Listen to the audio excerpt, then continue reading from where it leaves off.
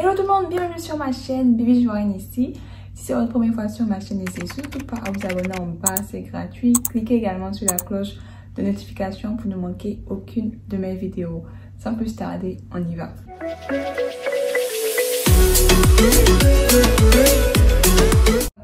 Très bonne nouvelle pour tout le monde. Le public charge a été annulé.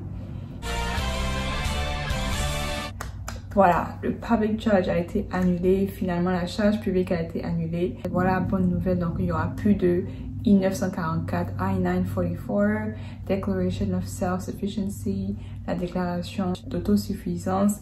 Tout ça a été annulé. Les barrages ont été cassés. Le public charge est fini. Tout a disparu. Je vais regarder sur le site du USCIS pour vous donner un petit peu plus de détails sur cette fameuse décision d'annulation du public charge. On y va. Donc, voyons voir ce que ça dit ici.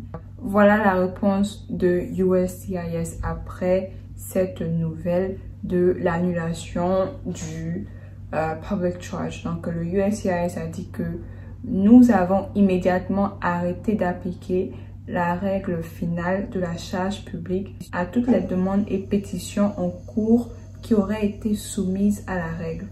Le USCIS continue d'appliquer la loi d'interdiction de territoire pour les charges publiques, y compris la prise en compte des facteurs minimums légaux dans l'ensemble des circonstances conformément à la directive provisoire de 1999 sur le terrain qui était en place avant la mise en œuvre de la règle finale de la charge publique le 24 février 2020 à l'arbitrage de toute demande d'ajustement de statut.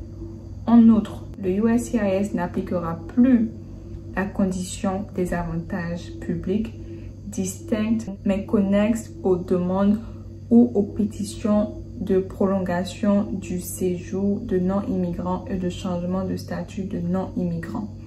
Donc, ça veut dire quoi?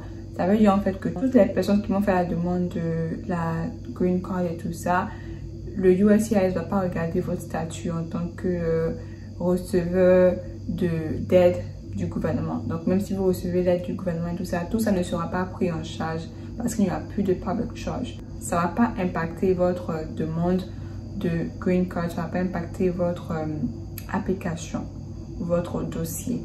Également, ils ont dit que à compter du 9 mars 2021, les candidats et les pétitionnaires ne doivent pas fournir les informations requises uniquement par la règle finale de la charge publique. Donc, ça veut dire qu'à partir du 9 mars dernier et les jours après, vous n'aurez plus besoin à remplir les documents de charge publique et tout ça.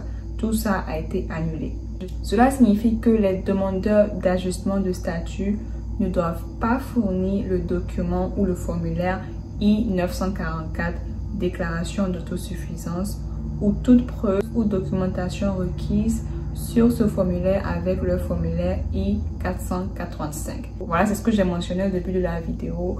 Toutes les personnes maintenant qui vont faire le adjustment of status, qui vont changer le statut, tout ça, vous n'aurez plus besoin de remplir le I-944 avec votre dossier I-485. Voilà. Plus de charges publiques. Plus de charges publiques. Basta. Donc, vous aurez seulement rempli votre formulaire I-485 et voilà. Ensuite, les demandeurs de prolongation du séjour de non-immigrants et de changement de statut de non-immigrants ne doivent pas fournir d'informations relatives à la perception de présentation publique sur le formulaire I-129, partie numéro 6, le formulaire I-129-CW, partie numéro 6, le formulaire I-539, partie numéro 5 et le formulaire I-539. Ça veut dire en fait que tous ceux qui veulent changer leur statut, donc tous ceux qui ne sont pas immigrants, donc qui ont un visa non immigrant et qui veulent changer leur statut, vous n'aurez pas besoin de remplir également tout ce qui concerne la charge publique. Tout ça également sera annulé de votre côté. Votre dossier sera plus léger et ça va faciliter votre changement de statut. Maintenant, qu'est-ce qui se passe si vous aviez déjà envoyé vos dossiers au USCIS et que vous aviez déjà rempli les différents documents de la charge publique et tout ça? Qu'est-ce qui se passe? Eh bien, la réponse du USCIS, elle est vraiment claire.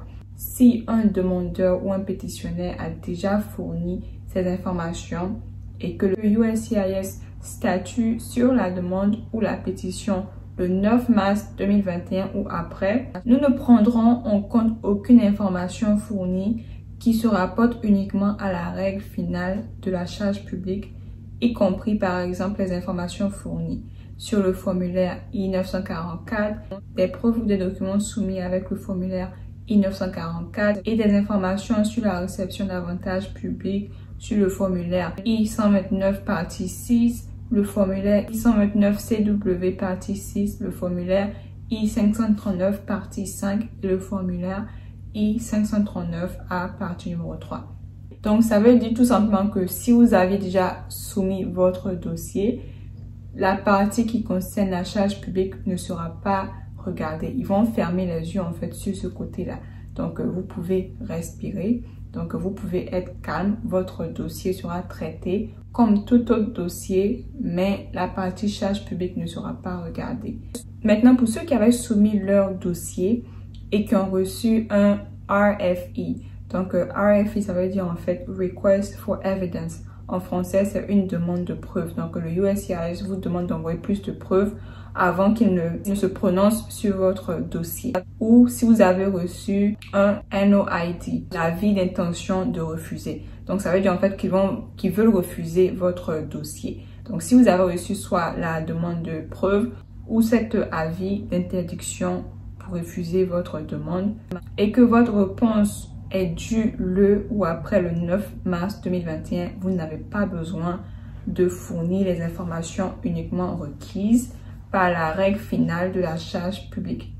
Donc, ça veut tout simplement dire que si on vous avait demandé d'envoyer plus de preuves pour être sûr que vraiment vous n'êtes pas dépendant du gouvernement américain et tout ça, vous n'avez plus besoin d'envoyer tous ces documents-là et puis le USCIS comprend. C'est eux-mêmes qui vous disent en fait de ne plus envoyer ces documents-là parce que la charge publique a été annulée. Donc, ça ne sert à rien pour vous d'envoyer ces documents, ces preuves et tout ça. Donc, voilà. Cependant, vous devez répondre aux aspects de la RFE ou du NOIT qui se rapportent autrement à l'admissibilité à la prestation d'immigration que vous recherchez. Ça veut dire en fait que si ces documents, si on vous demande d'envoyer plus de documents sur d'autres aspects autres que la charge publique, ça c'est votre devoir de le faire. Si vous ne faites pas ça, on peut vous refuser votre visa. Donc tout ce qui se rapporte à la charge publique, vous pouvez l'ignorer. Mais dans le cas contraire, les autres documents et tout ça, vous devez absolument les envoyer au USCIS. Si le USCIS a besoin de plus d'informations, ils vont vous envoyer un RFE ou un NOIT. Donc voilà, c'est tout pour cette vidéo-là. Donc restez à l'écoute. Le USCIS a dit qu'ils allaient encore revenir avec plus d'informations concernant la charge publique et tout ça. Donc on reste à l'écoute pour plus d'informations. Mais voilà, ça c'est la bonne nouvelle du jour. Il n'y a plus de charge publique. Donc tous ceux qui sont sur le territoire américain, qui avaient déjà commencé leur demande de visa et tout ça, bonne nouvelle pour vous, vous pouvez ignorer la partie charge publique. Pareil également pour ceux qui n'avaient pas encore entamé leur application, vous pouvez également ignorer la partie charge publique. Donc c'est la nouvelle du jour. Partagez à tout le monde, likez la vidéo, commentez si vous avez encore des questions. N'oubliez pas, il y a une surprise qui arrive pour vous bientôt, très bientôt. Donc, n'oubliez pas de vous abonner à ma page Instagram pour être au courant de la surprise. Donc, sur ce, on se dit à la prochaine. Bye!